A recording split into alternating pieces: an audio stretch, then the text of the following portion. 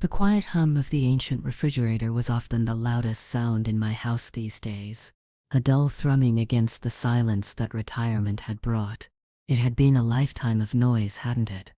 The clatter of dishes, the laughter of children, the relentless rhythm of the loom in the textile factory, where I'd spent 42 years, my fingers dancing across threads, weaving patterns into existence. Every thread a choice, every knot a commitment.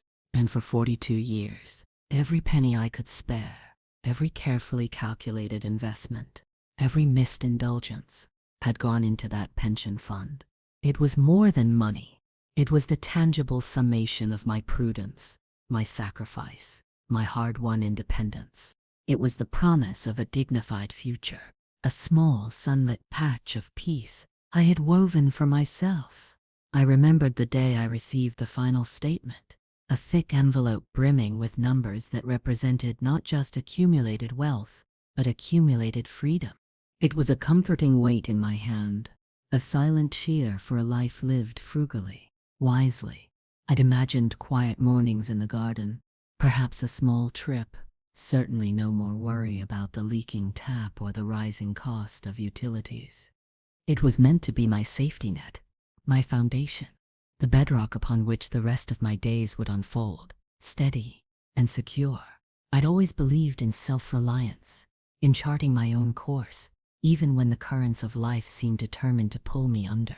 This fund was the culmination of that belief, the tangible proof that I had succeeded, that I had secured my own quiet corner of the world. But then the calls began, soft at first, like the whisper of a breeze through an open window, easily dismissed as concern, as familial love.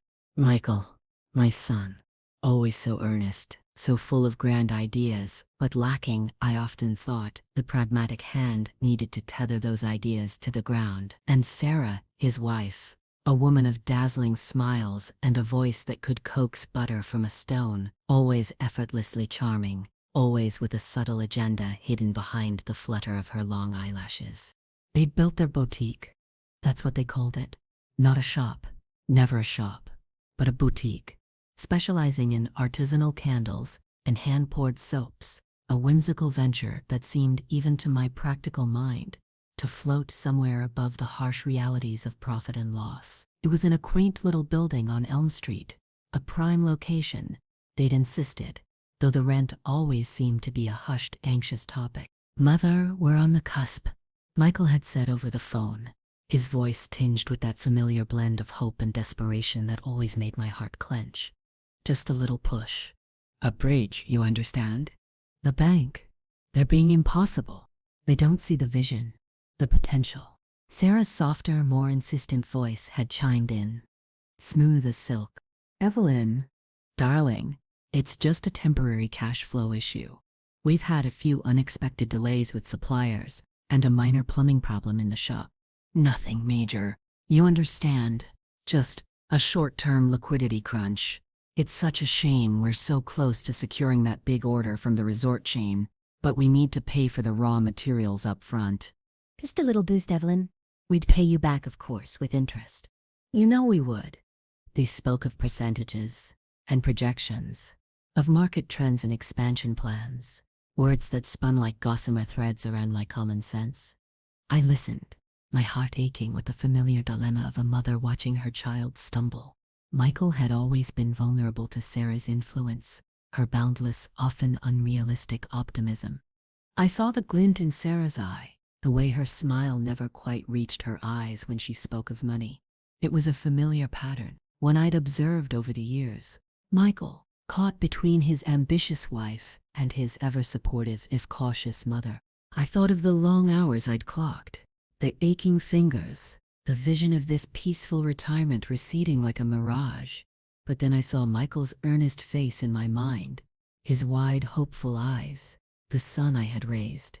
And Sarah, so vivacious, so determined to succeed. They were building something, they said, a legacy. How could I deny them? It was my son, after all. My only son.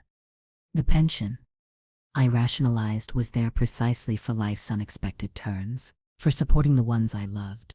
This was a turn, wasn't it?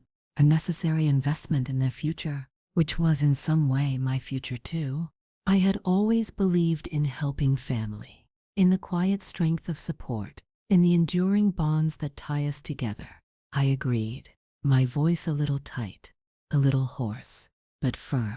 I specified the terms, the repayment schedule, the amount. Sarah's grateful cry of delight echoed through the phone, followed by Michael's heartfelt, slightly awkward thanks. I felt a strange mixture of relief and trepidation, like standing at the edge of a precipice, knowing you've just taken a leap of faith.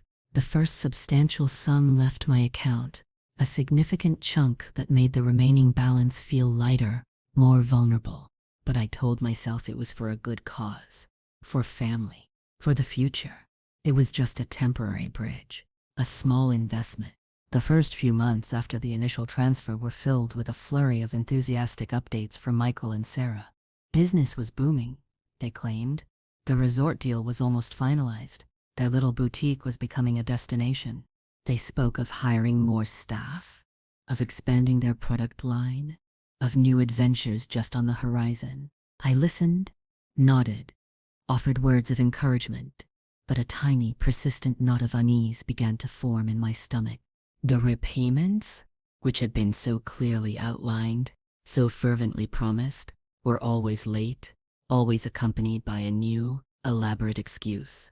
A clerical error here, an unexpected dip in sales there, a sudden supplier price hike. Each time, Sarah's voice would be laced with sincere regret. Michael's with a sheepish apology. Just a slight delay, Mother. A week at most. You understand how these things are. I understood. I understood the delicate dance of small business, the ebb and flow of finances. I truly did. But I also understood the careful art of evasion, the subtle shift in tone that spoke volumes about unstated truths. I found myself checking my bank balance more often, watching the numbers dwindle, a slow, agonizing bleed. The vision of my sunlit future began to dim, replaced by the shadows of nagging doubt. My garden, which I'd planned to dedicate myself to, seemed to lose its appeal. The quiet mornings I'd anticipated were now filled with the silent roar of my own anxieties. I tried to visit the shop, to see for myself, but they always had an excuse to put me off. We're so busy, Mother. You wouldn't believe the chaos. Better to come when things calm down. Or, we're in the middle of reorganizing, Evelyn. It's a mess right now, you wouldn't want to see it. Their eagerness to keep me at arm's length only fueled my suspicion. I started to notice other things. New clothes Sarah wore, expensive handbags, the glint of a new watch on Michael's wrist. Small details, easily overlooked. But when pieced together, they formed a mosaic of discrepancies against their narrative of financial struggle. They were living well, perhaps a little too well, for a business that perpetually claimed to be on the brink of a breakthrough. I tried to bring it up gently. Over Sunday dinner, a carefully constructed question about their personal spending versus their business needs. Sarah's smile tightened, her eyes flashing momentarily before she smoothly deflected, talking about a recent birthday gift from a distant relative or an unexpected bonus from an old job. Michael squirmed, changed the subject to the weather or a trivial news item. The unspoken truth hung heavy in the air, a phantom limb I could feel, but not touch. It was a slow, agonizing process of revelation, like peeling back the layers of a wilting onion, each layer revealing another, more unsettling truth. The first transfer, the largest, had been for their expansion, the subsequent smaller ones for unexpected expenses. Yet the expansion never materialized. The new products were never launched. The promised big resort deal never materialized. My money simply vanished into a black hole of vague explanations and charming smiles. It was a subtle, insidious betrayal, cloaked in familial affection. The disquiet festered, a low-grade fever that never quite broke. I found myself scrutinizing every word, every gesture, every fleeting expression Michael and Sarah made. The more I observed, the more the pieces clicked into place, forming a picture I desperately wished wasn't true. My once cherished independence, that quiet sense of security I had painstakingly built, felt like it was slipping through my fingers like grains of sand. The occasional phone calls, which used to be a source of warmth and connection, now felt like a predatory approach, a delicate dance around the real subject of my finances.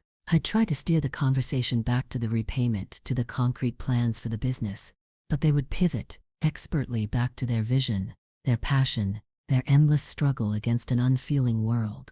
I'd ask about the profit margins, the cost of goods sold, the things any responsible business owner would know by heart. They'd respond with vague generalities, with flowery language about brand identity and customer experience, never quite answering the questions. It was as if they spoke a different language, one designed to obscure rather than clarify. I started keeping a meticulous record of all the transfers, every date, every amount, every promise made. I laid it out on my dining table, a stock ledger of my dwindling future. The numbers were undeniable, cold, hard facts that screamed betrayal.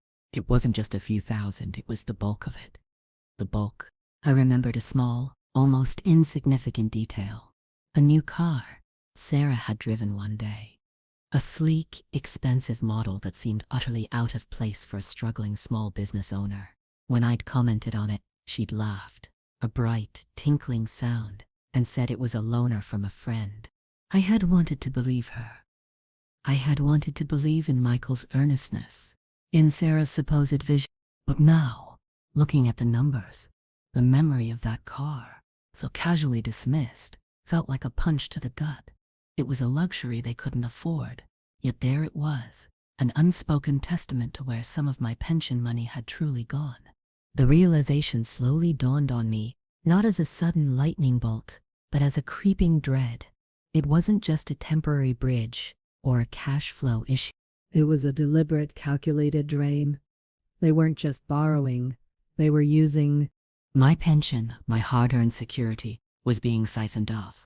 Not to genuinely fund a struggling business, but to subsidize a lifestyle they couldn't otherwise afford. It was a bitter pill to swallow.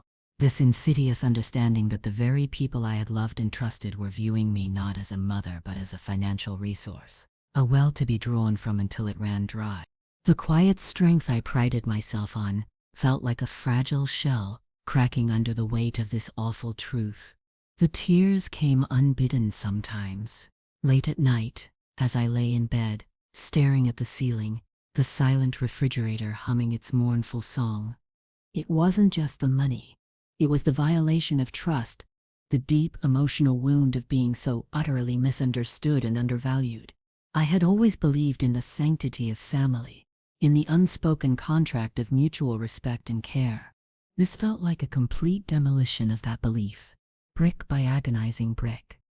The final, shattering realization came, not from a dramatic reveal, but from a mundane observation, a casual remark that cleaved through the thin veneer of my son and daughter-in-law's deception. It was a Monday afternoon. I was at the grocery store, pushing my trolley, when I overheard a conversation between two women in the next aisle. One was Martha, a neighbor from 2 streets over, always amiable, a bit of a gossip, but fundamentally kind. She often chatted about the happenings in the small town, and it was her voice that caught my ear. "Oh, it's a shame about Michael and Sarah's shop," she said, her voice dropping conspiratorially. "Heard they're really struggling. Always late on their rent. The landlord's about had it. My niece works for the property management company that handles that building. You know, says they're a nightmare. Always complaining, never on time, always making excuses. And yet she saw Sarah just last week, driving that fancy new SUV.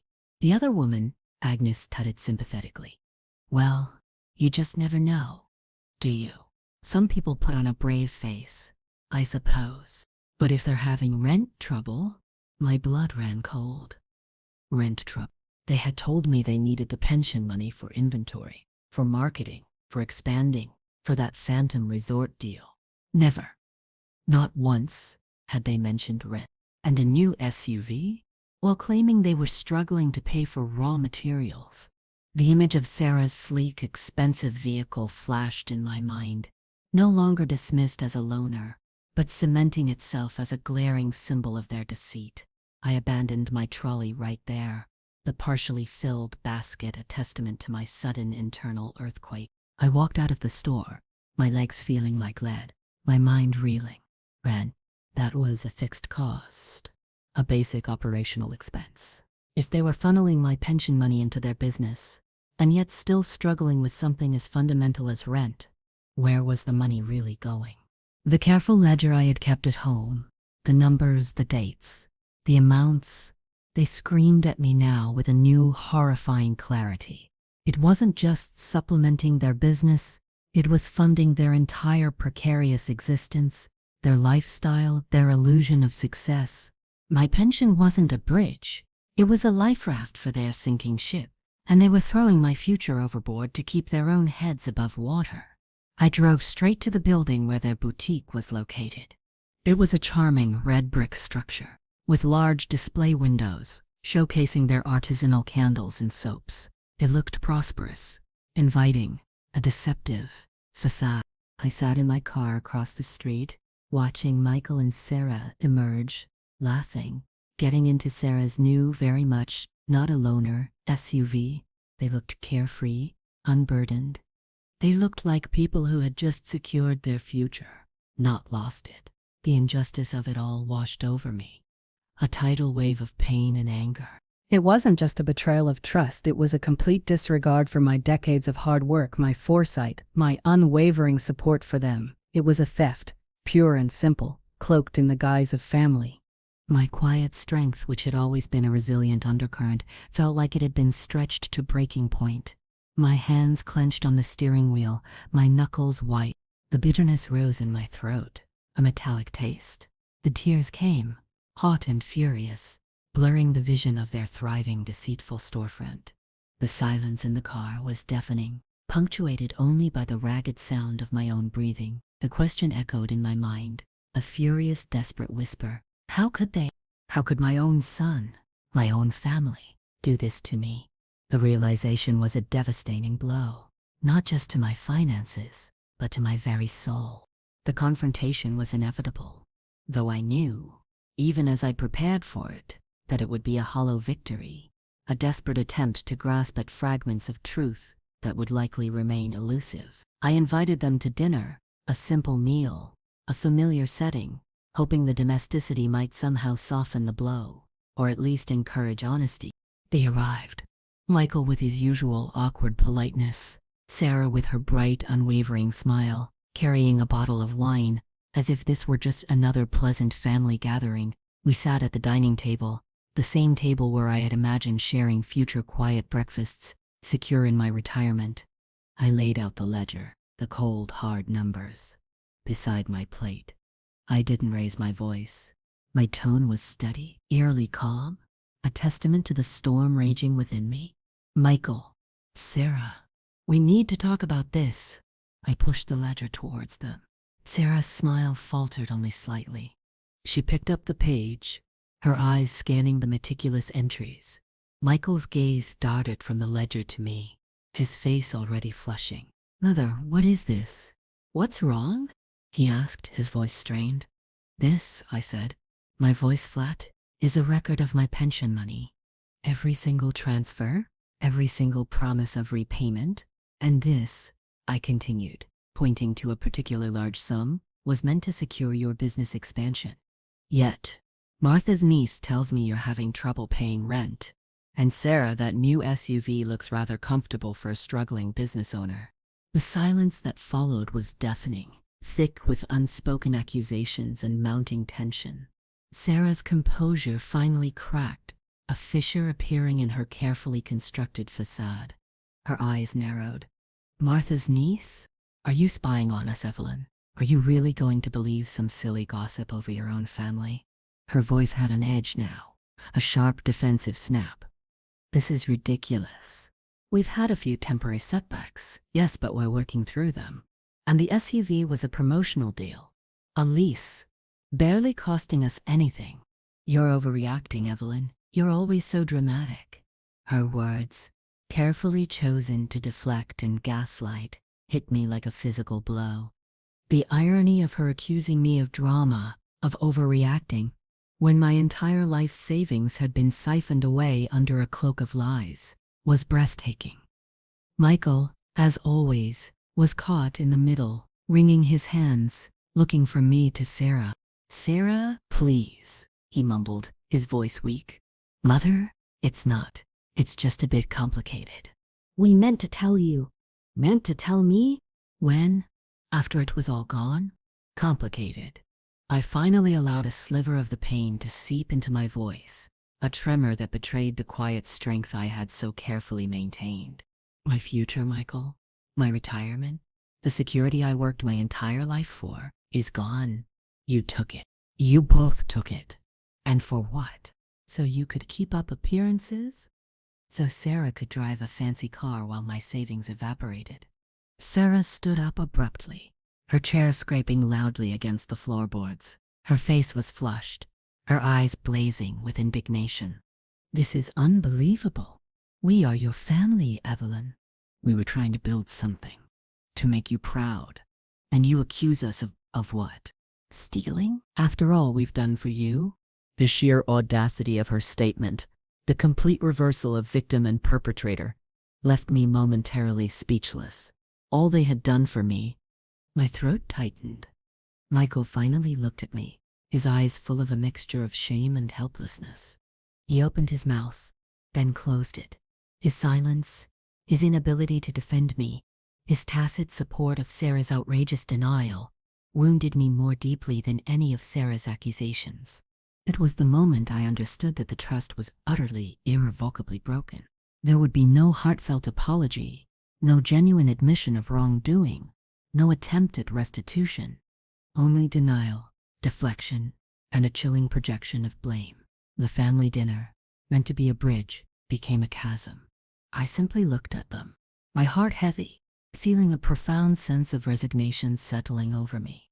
The quiet strength I had always carried within me felt utterly diminished, replaced by a deep, aching void. There was nothing more to say, nothing left to salvage. They had stripped me bare, not just of my finances, but of a fundamental belief in the people I thought I knew best. The silence that followed their indignant departure was heavier than any argument, more crushing than any accusation. It was the silence of emptiness, the profound void left by shattered trust.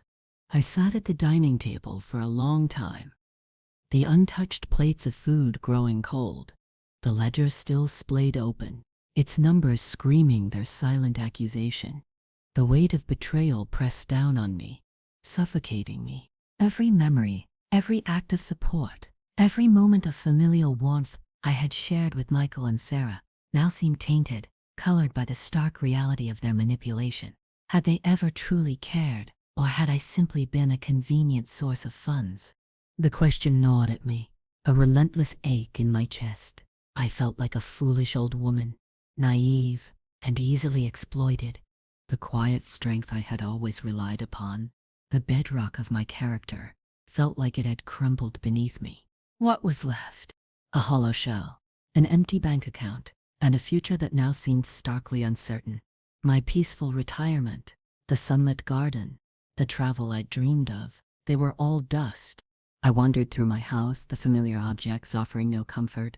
My mother's old porcelain doll, a faded photograph of Michael as a child, his innocent smile mocking my present despair. Every corner seemed to echo with the ghosts of what might have been, of a life I had carefully planned, now irrevocably derailed.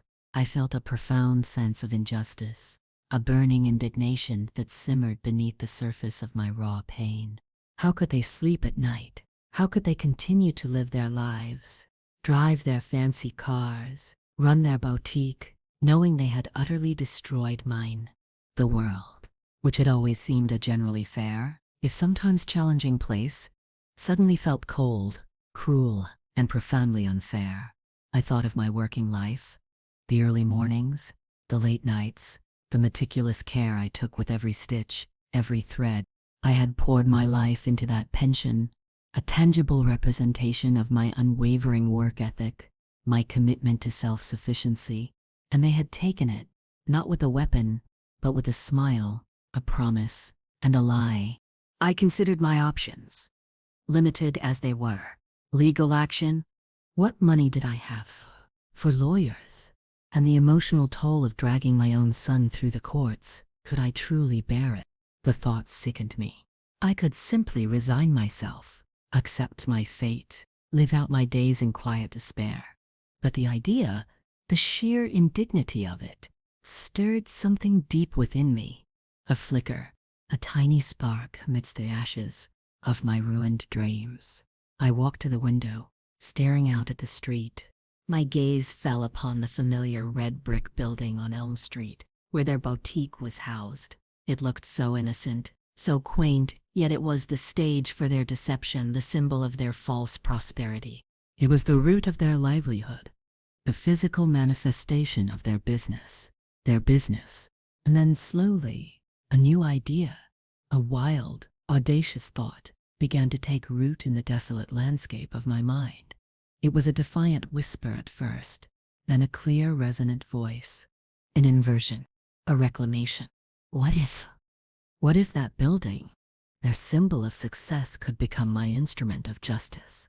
It seemed impossible, ludicrous, given my current financial state. But the seed was planted, and a fierce, determined energy began to hum through my veins. The quiet strength was not gone. It had merely been dormant, waiting for a catalyst, and betrayal, it seemed, was a potent one. The idea, once conceived, became an obsession.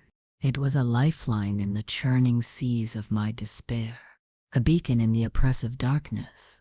I knew it seemed outlandish, even impossible, but it ignited a fire in me that I hadn't felt since I was a young woman, full of ambition and determination. I spent hours online, hunched over my old laptop, researching commercial real estate, property laws, investment opportunities.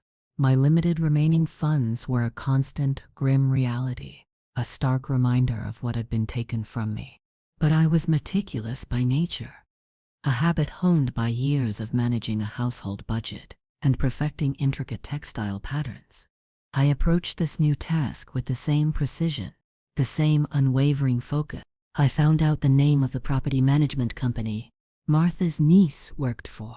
I cross-referenced it with public records to identify the building's owners.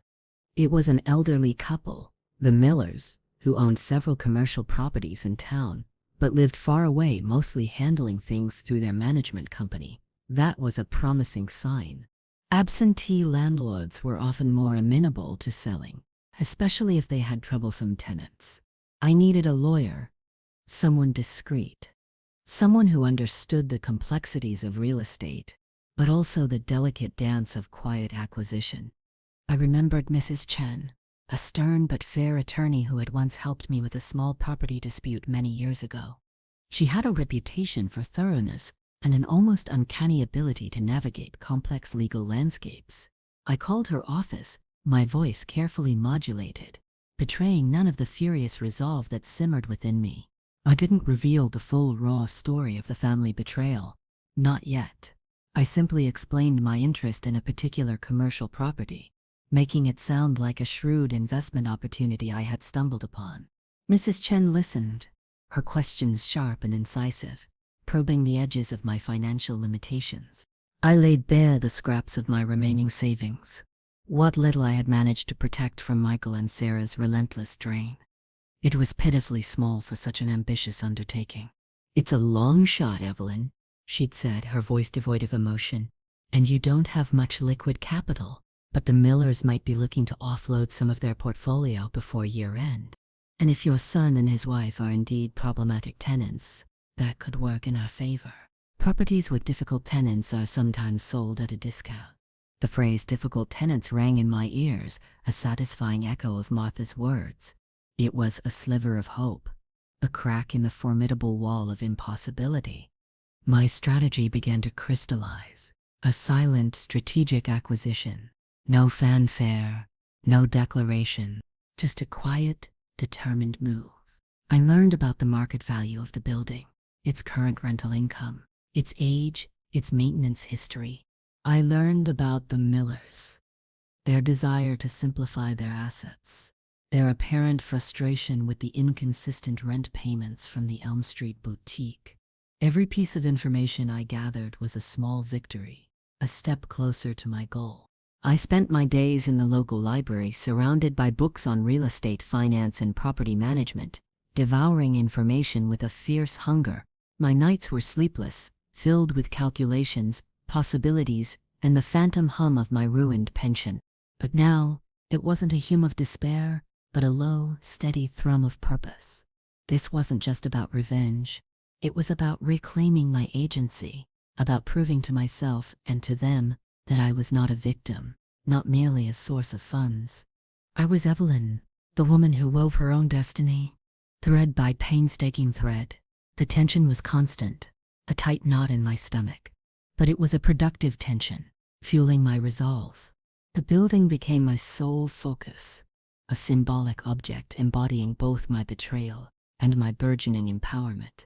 I imagined myself walking through its doors, not as a customer, not as a desperate mother, but as its owner. The image fueled my quiet strength, transforming it into a formidable force. The acquisition was a delicate, intricate dance, each step calculated, precise. Mrs. Chen, with her quiet efficiency, proved to be an invaluable ally. She understood the unspoken undercurrents, the layers of meaning behind my carefully chosen words, and respected my desire for utmost discretion. We moved slowly, deliberately, like a predator stalking its prey. The Millers, through their property management company, were indeed weary of their troublesome tenants. Their financial advisor was urging them to divest. It was a confluence of circumstances that, coupled with my unwavering determination, began to shift the impossible into the merely improbable. The most significant hurdle was, of course, the financial one. My remaining pension money was a pittance compared to the building's market value. But I had other assets, small ones, carefully preserved. There was the antique silver tea set, a wedding gift from my grandmother, which I had cherished but never truly used. There was the small plot of land at the edge of town, a forgotten inheritance, which I had always intended to build a modest cabin on, a dream now superseded by a more immediate, urgent need. There were the small, almost insignificant investments I had made, outside of the pension, tucked away for a rainy day that had turned into a full-blown hurricane. Selling them felt like peeling off layers of my identity, each divestment a small cut, but each one also sharpened my resolve. It was a gamble, a desperate high-stakes wager on myself. The property management company, unaware of my personal connection to the current tenants, facilitated the initial inquiries. Mrs. Chen handled all communications, insulating me from direct contact. The negotiations were protracted, tense. I felt the pressure of time, the fear that Michael and Sarah might suddenly get their act together, that the Millers might find a more eager buyer. But my lawyer was relentless, leveraging the Millers' desire for a quick sale and their frustration with the current tenants' unreliability. I signed papers. I barely understood, my hand trembling slightly, but my resolve firm. The final transaction took place in Mrs. Chen's austere office. The Millers' representative, a young, impeccably dressed man, sat across from me, oblivious to the emotional tempest raging within my quiet exterior. I signed the last document. My name, Evelyn Hayes, written in neat, deliberate script. The ownership transfer. The building on Elm Street, the physical embodiment of their deceit and my betrayal, was now mine. My heart hammered in my chest, a drumbeat of triumph and terror. It wasn't just a financial transaction. It was a profound shift in the very ground beneath my feet. The silent acquisition was complete. The bitterness lingered, of course, the sharp tang of what I had lost, what I had sacrificed to make this happen. But beneath it, a nascent sense of power began to stir, a quiet, almost disbelieving joy. I had faced the storm, and instead of being swept away, I had found a way to navigate, to fight back.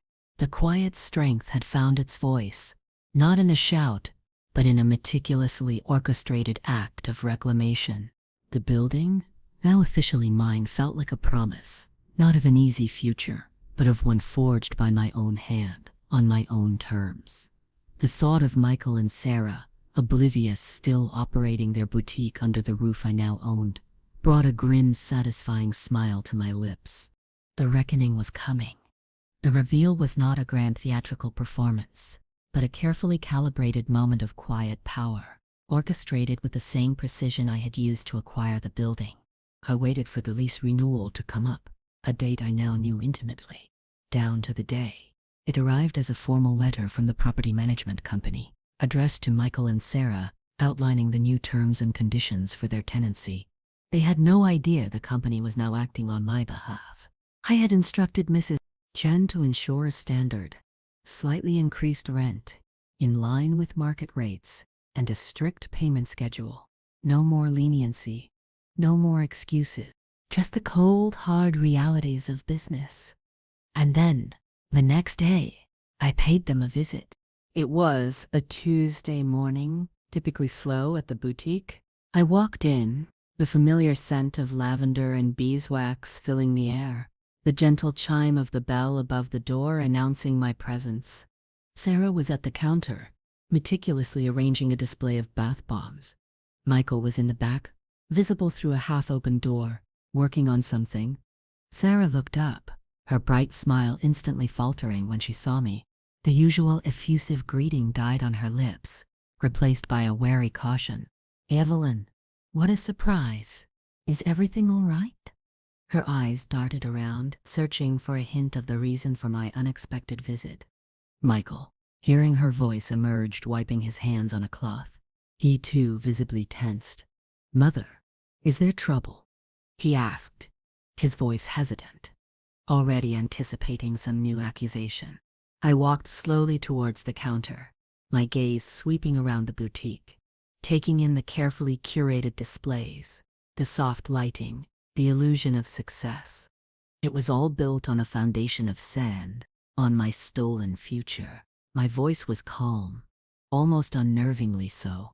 "Everything is perfectly all right, Michael.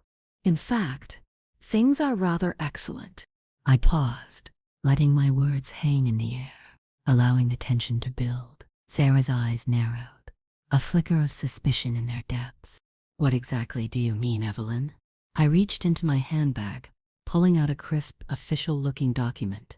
It was the deed to the building, a copy of course, but entirely legitimate. I laid it on the counter, pushing it gently towards them. Their eyes fell upon it, then snapped up to my face, confusion warring with a dawning horror. "I mean," I said, my voice dropping slightly, but gaining an undeniable strength, "that the property management company you've been dealing with, well, they were merely representing my interests."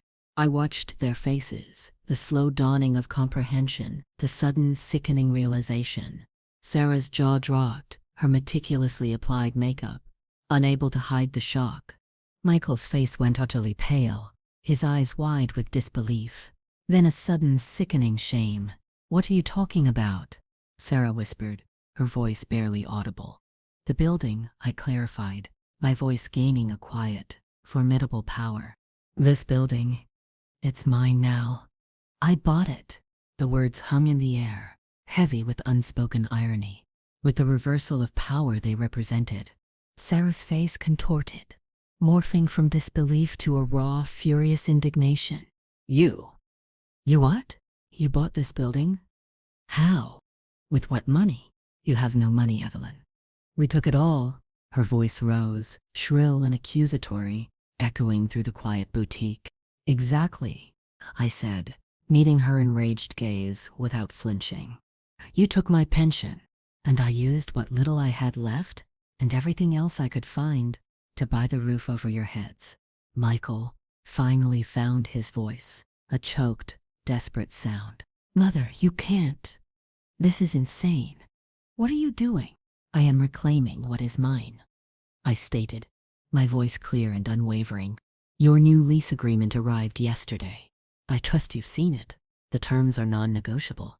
Rent is due on the 1st, without exception, and there will be no more excuses for late payments, for plumbing issues, or for vague promises of future success.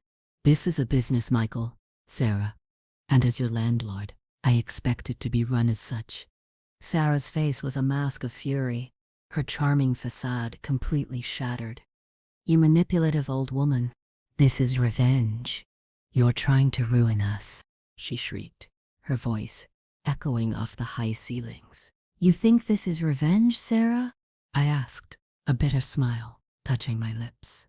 "No, this is simply business. And you taught me the rules of it so very well." Michael stood frozen, utterly defeated, his eyes wide with a shame so profound it seemed to physically weigh him down. The silence returned, this time filled with the palpable weight of shattered expectations and a complete, absolute inversion of power. The immediate aftermath was a whirlwind of frantic phone calls from Michael and Sarah, a barrage of increasingly desperate pleas, threats, and accusations that I met with a calm, unyielding silence. They tried to appeal to my maternal instincts, to my supposed love for my son, to the very bonds of family they had so carelessly trampled. Sarah, in particular, was masterful in her attempts at manipulation, her voice shifting from tearful victim to outraged accuser, sometimes within the span of a single sentence. "Mother, you're destroying us. Is this what you want? To see your own son fail?" Michael, usually so easily swayed, was a broken record of apologies and promises, utterly devoid of the conviction he once had. "Please, Mother, we can work this out. We'll pay you back. I promise. Just give us a chance." But the promises now rang hollow, stripped of all credibility. I had given them chance after chance, and they had squandered every single one, viewing my generosity as a bottomless well to be drained. I felt nothing but a cold, resolute determination. The hurt was still there, a dull ache beneath the surface, but it was now overshadowed by a fierce sense of self-preservation and a quiet triumph. I had done what I had to do. They sent Michael's aunt, a well-meaning but meddling relative, to mediate. She sat in my living room, wringing her hands, speaking in hushed tones about forgiveness and the sanctity of family. "Evelyn, dear, you must understand. They are young. They made mistakes, but to ruin them like this..." I listened politely, offered her tea, and then calmly explained the full extent of their betrayal, the methodical way they had siphoned away my life's savings, the deliberate lies. I showed her the ledger, the dwindling bank statements, the evidence of their luxury purchases while claiming destitution. The aunt's face, initially sympathetic to their cause, slowly hardened with a dawning horror. She left soon after, her attempts at mediation utterly defeated. The consequences for Michael and Sarah's business were swift and severe. Without my pension money to subsidize their operations, and now facing a diligent, unyielding landlord, their true financial situation was exposed. They had always relied on their charm and my leniency to mask their fundamental mismanagement. The strict terms of the new lease, the prompt demands for rent, the insistence on proper maintenance, it was a pressure they couldn't sustain. I watched, from a distance, as their vibrant boutique slowly began to unravel. Less frequent deliveries, staff looking anxious, Michael and Sarah's faces drawn and harried, stripped of their former carefree pretense. The irony was a bitter taste in my mouth, yet undeniably satisfying. They had used my pension to fund their business, a business that was in truth merely a facade for their overspending. Now that same business was crumbling under the very roof I owned, under the terms I dictated. It was a complete, profound inversion. The power dynamic, so cruelly tilted against me for so long, had now swung irrevocably in my favor. They were tenants. I was the landlord. They were supplicants. I was the authority. It wasn't just about the money, though that was a crucial part of it. It was about respect, about dignity, about asserting my worth. I had been undervalued, dismissed, and used. Now I was a force to be reckoned with, a quiet, strong woman who had reclaimed her life, brick by agonizing brick.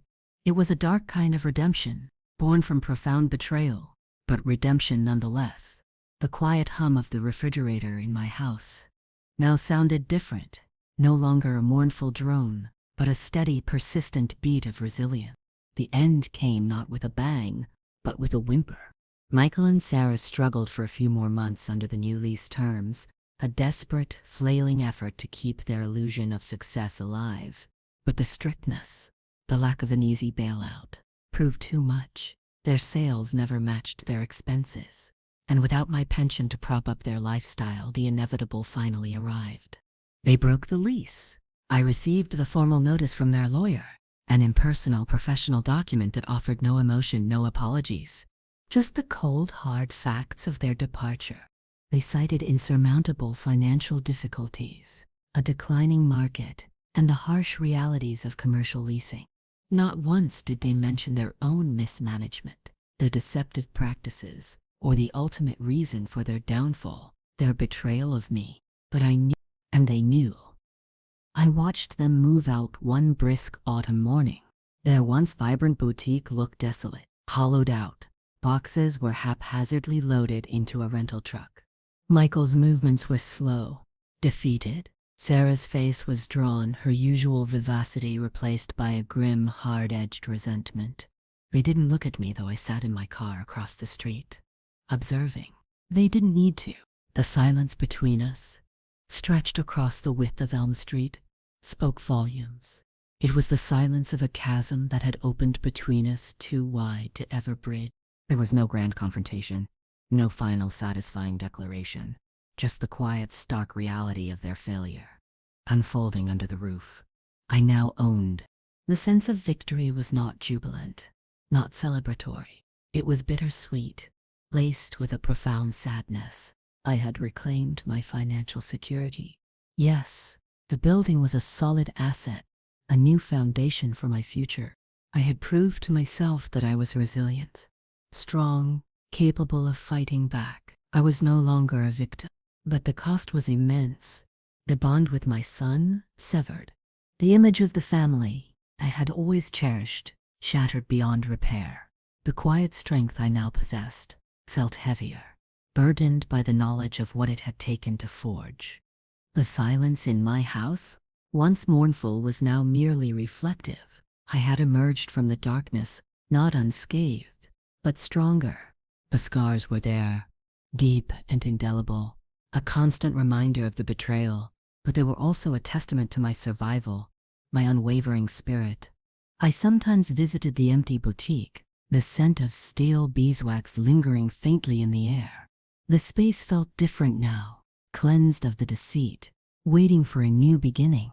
I walked through the empty rooms, planning, imagining its future, perhaps a community art space, or a small independent bookstore. Something honest, something that contributed to the town. My own future was still uncertain, of course. My pension was gone, but in its place stood a solid building, a tangible asset, and more importantly, a newfound confidence in my own ability to navigate the complexities of life. I had learned a harsh, brutal lesson about trust, about the insidious nature of familial betrayal. But I had also learned about my own resilience, my deep reserves of strength. I was Evelyn, and I had woven my own future, not into a delicate tapestry, but into a strong, unyielding fabric, capable of withstanding any storm. The sun filtered through the window, painting stripes across the empty floor, a quiet, hopeful dawn.